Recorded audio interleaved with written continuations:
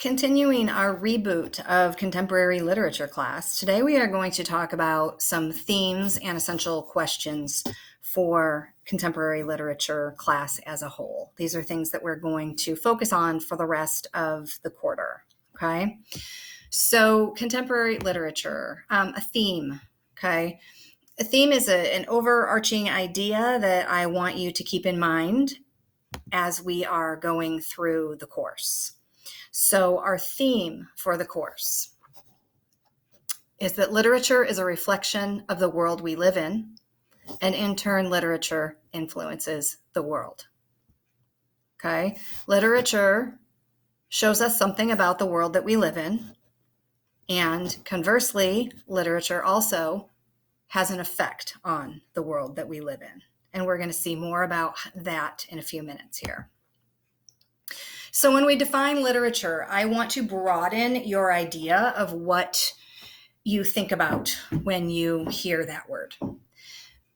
Literature, we often think about, well, it's a book, or it's a newspaper, it's something in print, a magazine, something that we can look at, okay, on paper. But in a modern world, can we really limit that definition only to words that we read on paper? And my argument is that no, we cannot just limit it to books. Literature is anything with words. The Latin word litter, L-I-T-T-E-R, actually means letter, as in A, B, C, D, E, F, G. So anytime you have something that is comprised of words, you have literature. So that means whenever you're listening to music, okay, and you hear song lyrics, those are a type of literature. They may not be good literature, or they might be brilliant literature, but they are still literature nonetheless. When you are looking at things on the internet, okay, using your electronic devices to read things, that's literature. When you watch a movie, I just had this discussion with my 5-year-old the other day. He had just watched a movie and it was really late and it was bedtime. And he said, I want a bed story. And I said, we just watched Return of the Jedi. You had your bed story. And he's like, no, I want a book. I want a bed story. And I said, buddy, a movie is just a book with an extra dimension. It's a book that you can see happening in front of your face. Okay.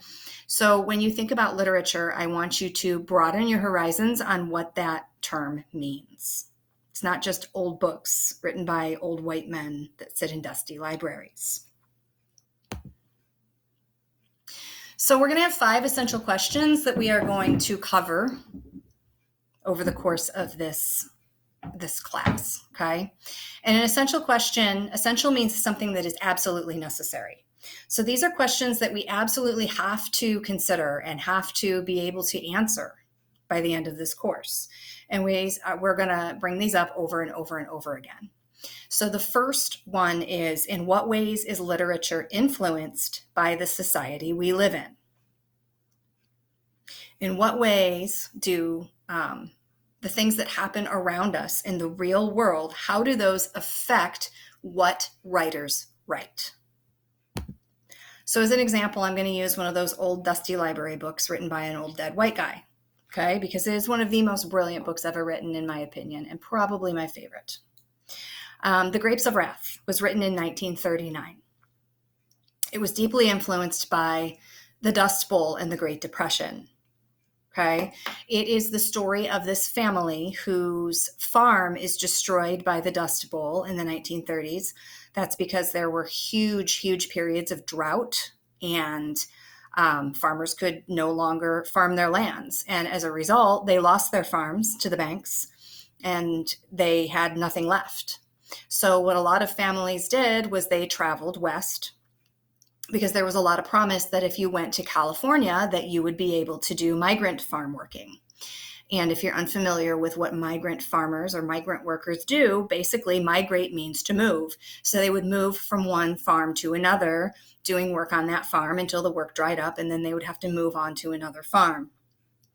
And migrant farming is not a thing of the past. Migrant farming is still very, very current. And when we think of migrant workers nowadays, although they are not always foreigners, we frequently see that people come from other countries, particularly south of the United States, to work on farms until the work is done, and then they have to find somewhere else to work. Okay, so even though the book was written almost 100 years ago, this is still very current. So John Steinbeck wrote this book because of what he saw going on around him with these migrant workers and how badly that was affecting their lives. Okay, so the reason he wrote this book was because of what was happening in the world around him at the time, and because he felt the urge to expose that to everybody who was reading his book. If you take a look at the link I have here, and you may or may not, okay, but I just want to pull it up to show you a couple of things. This one is from NPR. It's called The Grapes of Wrath and the Politics of Book Burning. And it's all about how when Steinbeck originally wrote this book in the 1930s, it was considered so threatening, in particular to people who ran these farms, who were taking advantage of these migrant workers. It was considered so threatening that immediately people wanted to ban it. They didn't want people to read it. Okay. So I really like this quote here where it says, "They're not afraid of the book. They're afraid of the ideas. The materials that are challenged and banned say something about the human condition." Okay, so this is suggesting that a reason that people might not want their families or their kids or anybody at all to read a book is because they don't want anybody to know what's really happening. Okay, so if you're one of those people who's like, I hate the government, I hate the man, and they're out to get us, this should be pretty appealing to you. The idea that somebody doesn't want you to have information is probably because they're trying to control you. Okay, so this article also tells us the kind of the background of the book. It says John Steinbeck's 1939 classic, The Grapes of Wrath, chronicles an Oklahoma family's hapless migration westward. Hapless means unlucky. The book was an immediate bestseller, but it was also banned and burned in a number of places, including Kern County, California, the end point of the Joad family's migration. So it says that it was firmly rooted in real events. 3 years before the book was published, a drought in the Dust Bowl states forced hundreds of thousands of migrants to California. Penniless and homeless, they landed in Kern County. And then, it just goes on to explain more about the background and the effects of the book. So when I ask you to consider in what ways is literature influenced by the society we live in, this is a perfect example. Steinbeck wrote this book as a direct response to what was going on in the United States of America around him at the time. Okay? So that is our first essential question. The second one is related to that. It is, in what ways does literature affect the society we live in? So it's like this circle, right? The cyclical thing. Writers write things because of what's going on around them, but sometimes those things that authors write change the world. So I'm going to stick with The Grapes of Wrath as an example of this. Because of The Grapes of Wrath, because of everything that Steinbeck exposed in this work of fiction, there were new laws concerning migrant workers that were created. Eleanor Roosevelt herself, who was the first lady of the United States at the time, she went into Congress and she was like, you need to investigate what's going on with these migrant workers and you need to do something about it. There need to be laws against the things that are happening to these people. Okay. So when somebody tells you that art can't change anything, don't believe them. Okay. Because literature is an art and it does change things. Another great example here is an article called The Grapes of Wrath by John Steinbeck, Law and Order. And again, I am not going to. So this article is called The Grapes of Wrath by John Steinbeck, Law and Order. And it just basically goes through and does talk some about the background, but it also talks about how, there were things going on that had to change because these things were now exposed. People didn't know how poorly these migrant workers were being treated. And so once they were able to see how these people they were not just living in poverty, they were not just living homeless, they were dying, they were starving to death. Okay. And once people saw what was happening, then there were new laws made. So, like an excerpt here, eventually, most of the harsh laws against migrant workers were undone by the 1940s, and how the Supreme Court observed the prohibition against transporting indigent, cannot pronounce that today, I can't English, non-residents into one state is an open invitation to retaliatory measures, and the burdens upon the transportation of such persons become cumulative. In other words, that's like fancy court way of saying, listen, you can't be transporting people into work on your farm and then treating them like dirt and starving them to death and not paying them. And then they have to go try to find somewhere else to work. And then they might not even have transportation anymore to get there, and on and on and on. Okay. These were the things that were happening. So there's a lot of like legalese here, but basically this article talks about how laws had to change because of what was exposed by the grapes of wrath. Okay. And I'm not a lawyer, so I'm not good with reading legal stuff, but you're not either. Doesn't matter. Bottom line is laws changed because of the book. Okay. So in what ways does literature affect the society we live in? In the case of the grapes of wrath, it actually caused a change in laws. And it also, I mean, that's just the tip of the iceberg. There were a lot of farmer workers unions that were created. They didn't have unions before.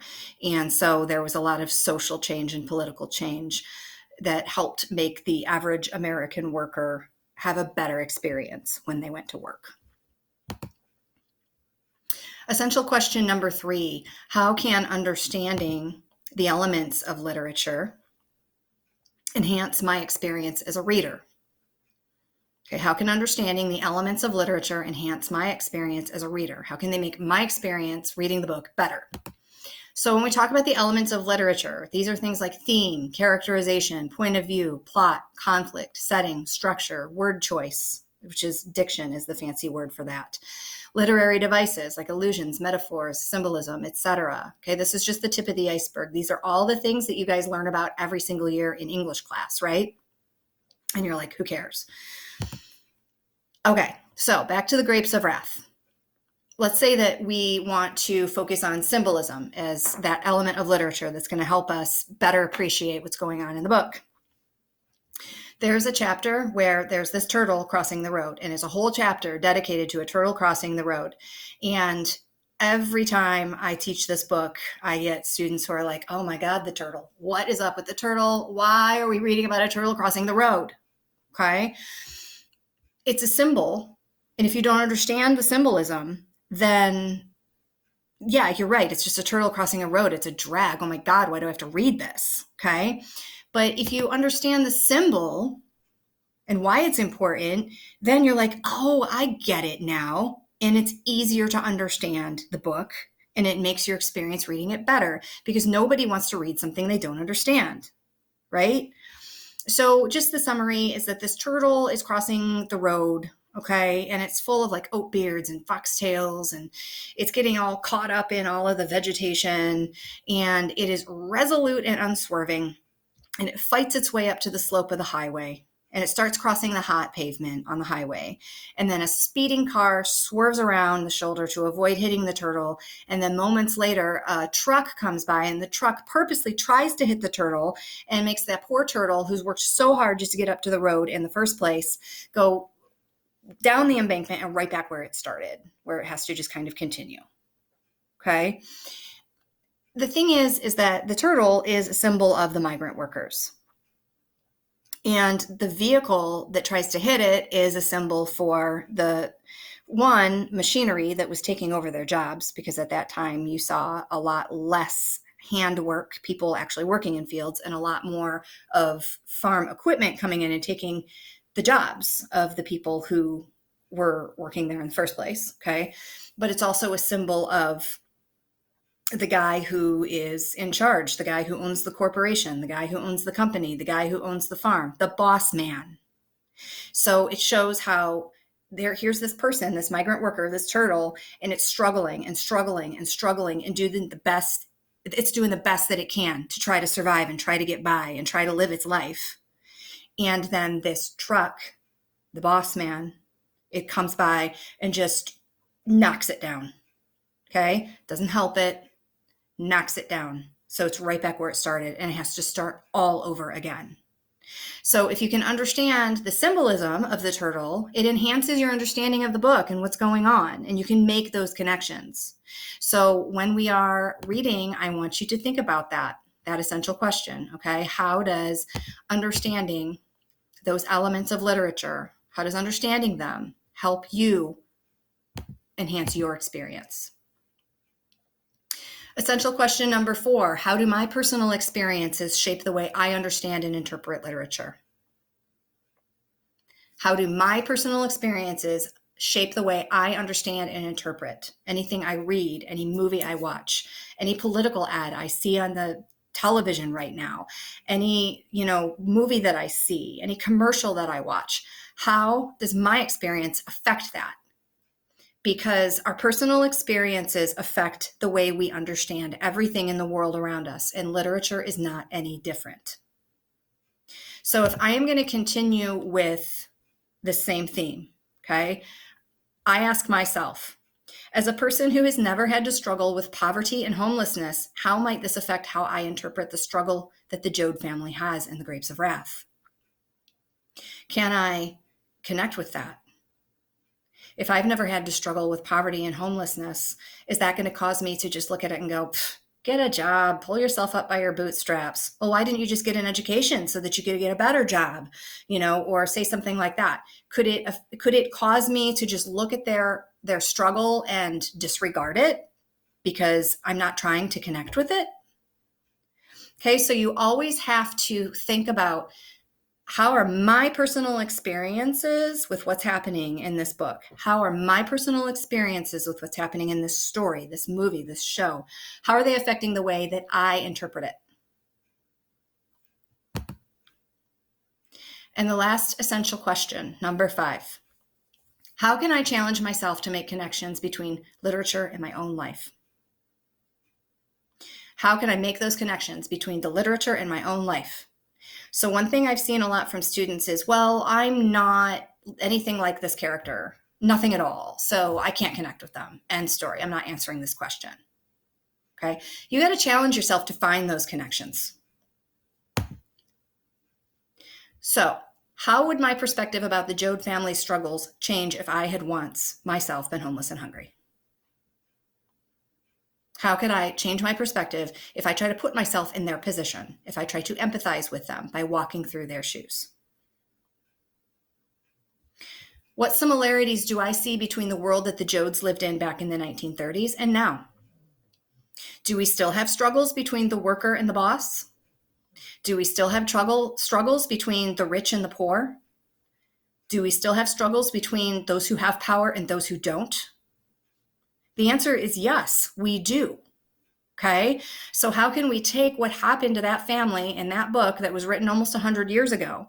How can we take those things and apply them to now? What do we see happening now?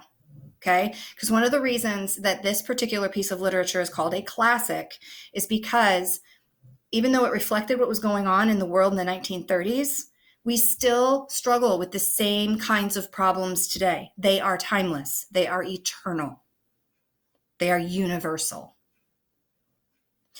The final one here is, what can be done to solve the problems that we still have in the United States almost 100 years after this book was written? If we still have workers who get taken advantage of by their bosses, then how can we change that? If we still have a huge gap between the rich and the poor, what can be done to change that?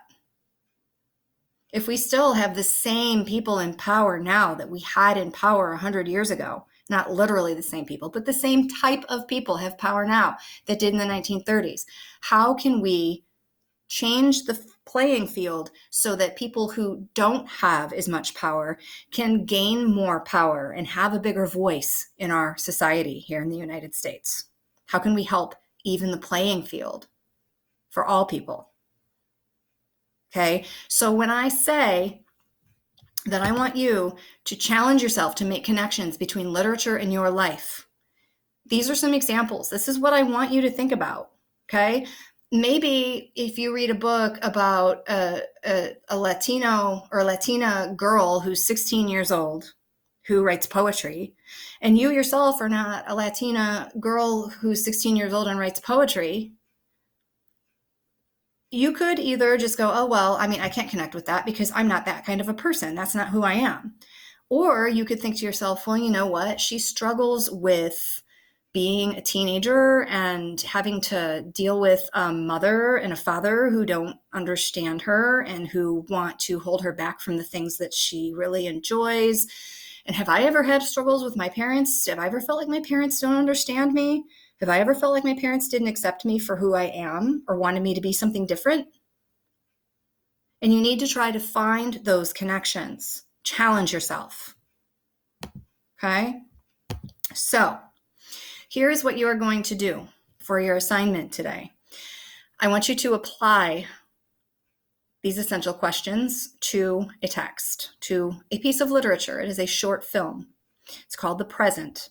So you're going to watch this film and you're going to respond to the questions that are on the next slide. I will upload this slideshow for all of you so that you can each answer the questions at the end. That's your assignment.